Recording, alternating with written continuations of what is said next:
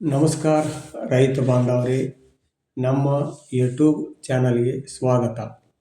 ಇಂದು ನಾವು ನಮ್ಮ ರೈತ ಮಿತ್ರರ ಜಮೀನಿನಲ್ಲಿದ್ದೇನೆ. ಇವರು ಕೃಷ್ಣ ಚಂದಗಡ ಕಬ್ಬಿನ ತೋಟದಲ್ಲಿದ್ದೇವೆ. ನೀವು ನೋಡುತ್ತಿರಬಹುದು, ಪಕ್ಕಾ ಈ ಜಮೀನು ಮಸಾರಿ ಜಮೀನುವಾಗಿರುವುದರಿಂದ ಕಬ್ಬು 7 ತಿಂಗಳ ಪೂರೈಸಿದೆ. ಕೇವಲ 7 ತಿಂಗಳಿಗೆ ಗಿಡಗಳು ತುಂಬ ಚೆನ್ನಾಗಿ ಬಂದು ಒಂದೊಂದು ಬುಡದಲ್ಲಿ 13ರಿಂದ 14 ಗಂಟಿಗಳು ದಪ್ಪವಾಗಿ ಬೆಳೆದು ನಿಂತಿವೆ. ಮಸಾರಿ ಮಣ್ಣಿನಲ್ಲಿ ಇಷ್ಟು ಉತ್ತಮ ಬೆಳೆ ಹೇಗೆ ಬಂತು ಮತ್ತು ಮುಂದಿನ ಹಂತದಲ್ಲಿ ನಾವು ಯಾವೆಲ್ಲ ನಿರ್ವಹಣೆ ಮಾಡಬೇಕು ಎಂಬುದರ ಸಂಪೂರ್ಣ ಮಾಹಿತಿಯೊಂದನ್ನು ಈ ವಿಡಿಯೋದಲ್ಲಿ ತಿಳಿಸಿಕೊಡುತ್ತೇನೆ. ಈ ವಿಡಿಯೋವೊಂದನ್ನು ಕೊನೆಯವರೆಗೆ ನೋಡಿ.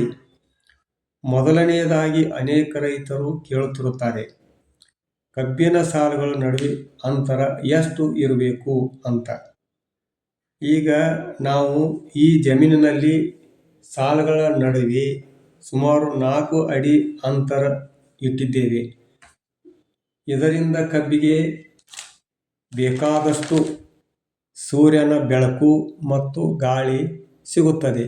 ಜೊತೆಗೆ ಎಡೆ ಕುಂಟಿ ಹೊಡೆಯಲು, ಕಳೆ ತೆಗೆಯಲು ಮತ್ತು ಮಣ್ಣು ಏರಿಸಲು ತುಂಬ ಅನುಕೂಲವಾಗಿದೆ. ಮಸಾರಿ ಜಮೀನಿನಲ್ಲಿ ನೀರು ಮತ್ತು ಗೊಬ್ಬರ ಬೇಗ ಇಂಗಿ ಹೋಗುವುದರಿಂದ ನಾವು ಮಾಡಿರುವ ಸಣ್ಣ ಪುಟ್ಟ ನಿರ್ವಹಣೆಯಿಂದಲೇ ಇಂದು ಕಬ್ಬು ಈ ಮಟ್ಟಕ್ಕೆ ಬೆಳೆಯಲು ಸಾಧ್ಯವಾಗಿದೆ. ಈಗ 7 ತಿಂಗಳ ಕಳೆದಿರುವುದರಿಂದ ಕಬ್ಬು ಅತಿ ವೇಗದ ಬೆಳವಣಿಗೆಯ ಹಂತದಲ್ಲಿರುತ್ತದೆ. ಈ ಸಮಯದಲ್ಲಿ ನೀರು ಬಹಳ ಮುಖ್ಯ. ಮಸಾರಿ ಮಣ್ಣು ತೇವಾಂಶವನ್ನು ಹೆಚ್ಚು ಹೊತ್ತು ಹಿಡಿದಿಟ್ಟುಕೊಳ್ಳುವುದಿಲ್ಲ. ಹಾಗಾಗಿ ನಾವು ತಪ್ಪದೆ 8ರಿಂದ 10 ದಿನಗಳಿಗೊಮ್ಮೆ ಸರಿಯಾಗಿ ನೀರು ಹಾಯಿಸುತ್ತಿದ್ದೇವೆ. ಇನ್ನು ಗೊಬ್ಬರದ ವಿಚಾರಕ್ಕೆ ಬರುವುದಾದರೆ, ಈ ಹಂತದಲ್ಲಿ ಸಾರಜನಕ ಯೂರಿಯಾ ಅವಶ್ಯಕತೆ ಕಡಿಮೆ. ಕಬ್ಬಿನ ಕಾಂಡ ಗಟ್ಟಿಯಾಗಲು ಮತ್ತು ಸಕ್ಕರೆ ಅಂಶ ಹೆಚ್ಚಾಗಲು ನಾವು 1 ಎಕರೆಗೆ ಸುಮಾರು 25ರಿಂದ 30 kg ಪೊಟ್ಯಾಷ್ ಗೊಬ್ಬರವನ್ನು ಮಾತ್ರ ನೀಡುತ್ತಿದ್ದೇವೆ. ಇದರೊಂದಿಗೆ ಕೊಯ್ಲಿಗೆ 4ರಿಂದ 5 ತಿಂಗಳು ಇರುವಾಗಲೇ ಎಕರೆಗೆ 2ರಿಂದ 3 ಟನ್ ಚೆನ್ನಾಗಿ ಕೊಳೆತಿರತಕ್ಕಂಥ ಕೊಟ್ಟಿಗೆ ಗೊಬ್ಬರವನ್ನು ಸಾಲುಗಳ ಮಧ್ಯೆ ನೀಡುವುದರಿಂದ ಮಣ್ಣಿನ ಸಾರ ಹೆಚ್ಚಾಗುತ್ತದೆ. ಸದ್ಯದ ಹವಾಮಾನದಲ್ಲಿ ಕಬ್ಬಿಗೆ ಬರುವ ರೋಗಗಳ ಬಗ್ಗೆ ಎಚ್ಚರಿಕೆ ವಹಿಸಬೇಕು. ಕಾಂಡ ಕೊರೆಯುವ ಹುಳ ಅಥವಾ ಕಬ್ಬಿನ ನುಣ್ಣೆ ಹಾವಳಿ ಇದೆಯೋ ಎಂದು ಆಗಾಗ ಜಮೀನಿನ ಸುತ್ತಲೇ ಪರಿಶೀಲಿಸಬೇಕಾಗುತ್ತದೆ.